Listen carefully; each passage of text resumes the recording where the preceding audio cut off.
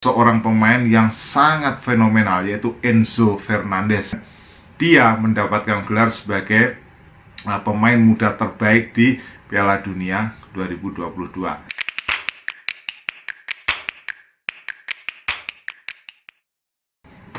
Salam pemirsa, ketemu lagi di Titis Corner, dan kali ini kita akan membahas seorang pemain yang sangat fenomenal. Pemain yang masih berusia muda, 21 tahun, tetapi nilainya sudah mencapai 2 triliun rupiah lebih. Bahkan kalau kita melihat nilai itu melonjak berkali-kali lipat dari angka ketika dia dibeli oleh Benfica dari River Plate seharga 10 juta euro. Sekarang dia hanya akan dilepas oleh Benfica. Oleh petingginya, Rui Costa menyatakan bahwa dia akan dilepas jika ada klub yang mau membayar klausul pelepasannya senilai 120 juta euro atau 2 triliun lebih, 2 triliun rupiah lebih. Bayangkan, ini sebuah fenomena yang terjadi terutama hanya pada kurun 138 hari sejak dia menjalani debutnya di Benfica pada 2 Agustus hingga kemudian dia mengusung atau mengangkat trofi Piala Dunia pada 18 Desember bersama dengan Argentina. Jadi ini memang seorang pemain yang sangat fenomenal, yaitu Enzo Fernandez.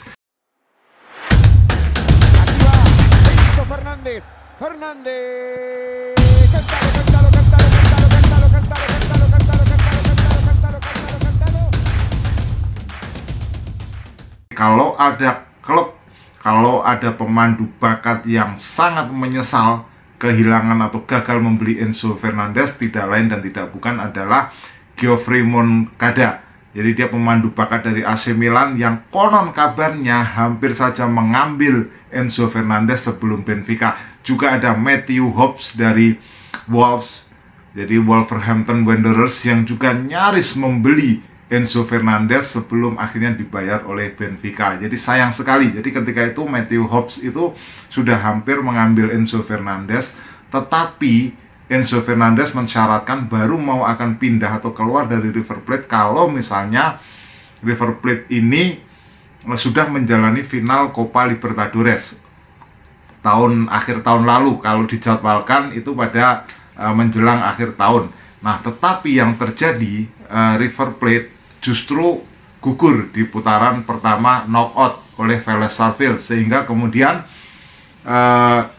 Wolves yang tadinya itu mundur gara-gara Enzo Fernandez tidak mau segera bergabung, jadi menunggu sampai laju dari River Plate ini di Copa Libertadores, tetapi kemudian justru didahului oleh Benfica yang mau mengambil Enzo Fernandez dengan harga yang cukup murah, 10 juta euro. Bayangkan, angka yang kemudian naik berlipat kali setelah penampilan gemilang dari Enzo Fernandez di Piala Dunia 2022. Nah, ini yang menarik. Jadi kita akan bicara tentang Enzo Fernandez terutama sejak dia menjalani debutnya. Dia menjalani debut bersama dengan Benfica di kualifikasi Liga Champions melawan Midtjylland. Jadi ketika itu menang 4-1 dan dia langsung mencetak gol. Kemudian gol pertamanya di Liga Portugal juga dibuat ketika bertemu dengan Arouca. Waktu itu Benfica menang 4-0 dan dia juga sudah bikin gol. Dan dia kembali bikin gol ketika bertemu dengan Midtjylland pada kualifikasi Liga Champions second leg. Pada saat itu Benfica menang 3-1 dan dia kembali membuat gol. Jadi memang di awal debutnya pelatih Roger Schmidt ini, pelatih Benfica, sampai terheran-heran.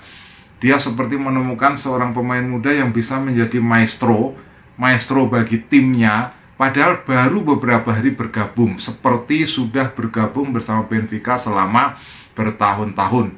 Nah, sekarang kalau kita melihat perjalanannya dari Enzo Fernandez, dia bergabung di Liga Champions. Di grup yang cukup berat ketika itu ada PSG di situ, di situ ada idolanya Lionel Messi, dan kemudian ada Juventus dan juga ada Maccabi Haifa. Nah, dia di putaran grup itu menjalani debut ketika bertemu melawan Juventus dan di situ Benfica menang 2-1. Nah, ketika itu pelatih Argentina Lionel Scaloni tertarik dengan penampilan dari Enzo Fernandez ketika Benfica bisa mengalahkan Juventus, sehingga dipanggil pada laga persiapan laga uji coba melawan Honduras 28 September ketika itu, dan dia masuk menjalani debut bersama tim nasional Argentina di menit ke-64 menggantikan Leandro Paredes, dan dia menyumbang assist untuk gol ketiga Argentina yang dibuat oleh Lionel Messi di menit ke-69. Bayangkan, di debut pertama bersama timnas dia sudah memberikan sumbangan penting bagi Argentina.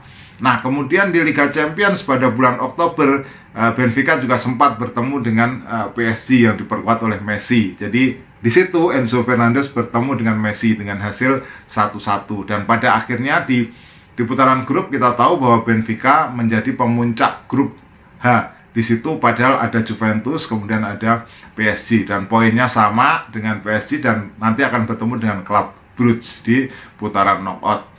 Nah, ini juga sebuah catatan yang luar biasa tentunya bagi Benfica, di mana mereka mampu menyisihkan Juventus. Dan di liga domestik, si Enzo Fernandez ini terpilih sebagai gelandang terbaik untuk bulan Oktober dan November. Jadi pada kurun 5 bulan ini dia menjadi seorang pemain yang sangat fenomenal bagi Benfica dan juga bagi Argentina. Nah, untuk Argentina ini yang menarik adalah ketika di Piala Dunia. Di partai pertama melawan Arab Saudi dia tidak main. Dia baru main melawan Meksiko sebagai pemain pengganti, tapi langsung mencetak gol.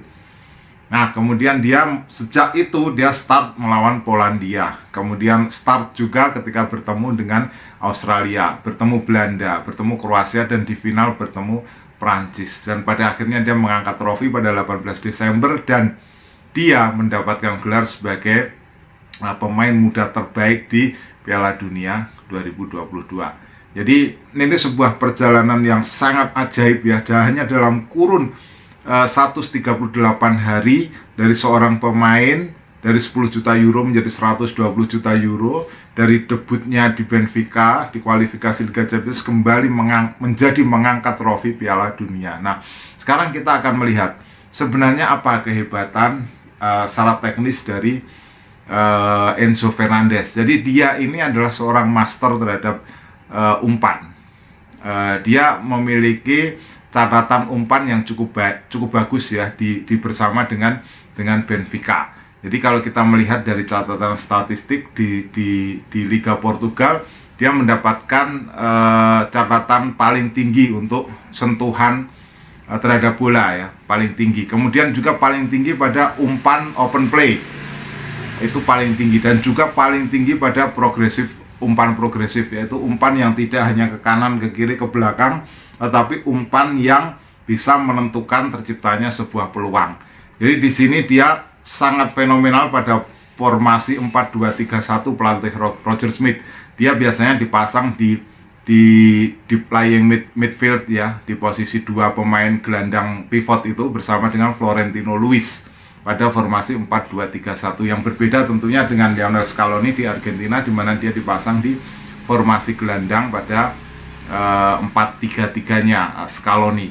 Nah, dia juga bagus dalam situasi bertahan, istilahnya defensif dinamo.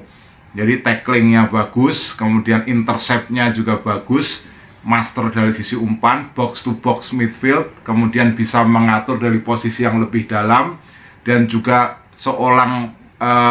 punya tackle yang bagus dan ball winner, jadi bisa atau biasa merebut umpan. Dan satu hal juga yang menarik dari Enzo Fernandez ini adalah dia tumbuh di sebuah klub yang biasa menghasilkan atau biasa memupuk pemain-pemain hebat Argentina. Kalau kita tahu di Benfica ini tidak hanya Enzo Fernandez yang pernah diorbitkan, ada juga deretan pemain-pemain dari Amerika Selatan di situ. Ada Darwin Núñez, kemudian ada Angel Di Maria. Kalau kita bicara pemain Argentina, misalnya juga ada Lisandro Lopez, kemudian ada Ezequiel Garay, ada juga Pablo Aimar, ada Javier Saviola, dan juga ada legenda mereka itu Claudio Caniggia. Jadi komplit sekali apa yang terjadi pada sisi Enzo Fernandez ini, sehingga dia akhirnya bisa menjadi atau terwujud menjadi seorang pemain yang diincar oleh klub-klub hebat dunia. Ada Liverpool, Manchester United, Real Madrid, Barcelona dikabarkan mengincar dia. Yang paling santer terdengar adalah Chelsea dengan nilai klausul pelepasannya 120 juta euro atau lebih dari 2 triliun. Sekian pembahasan tentang Enzo Fernandez. Silakan jika Anda punya komentar, tulis di kolom komentar. Kita ketemu dalam pembahasan berikutnya. Salam.